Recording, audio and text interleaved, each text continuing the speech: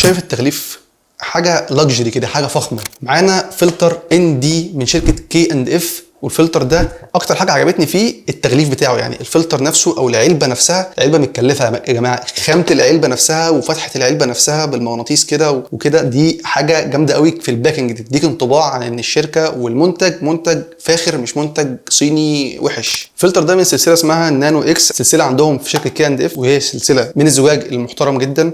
وبرده الفلتر نفسه متغلف، يعني بيجي لك الفلتر في علبه اساسا، وجوه العلبه بيجي الفلتر في زي كيس بلاستيك كده عشان الفلتر ما يتجرحش ولا يجي عليه اي تراب. برده بص العلبه عامله ازاي، العلبه نفسها برده يعني جميله. ده فاريبل فلتر او فلتر ان دي متغير، اقدر اغير فيه التعتيم بتاعه او قوه الفلتر نفسها، وده من 3 ستوب ل 7 ستوب. طبعا الكلام ده هيعرفوا المحترفين في التصوير اكتر، خصوصا في مجال تصوير الفيديو. هو الفلتر اقدر اغير فيه الفلتر من، بص لما بغير بيغمق ويفتح ازاي.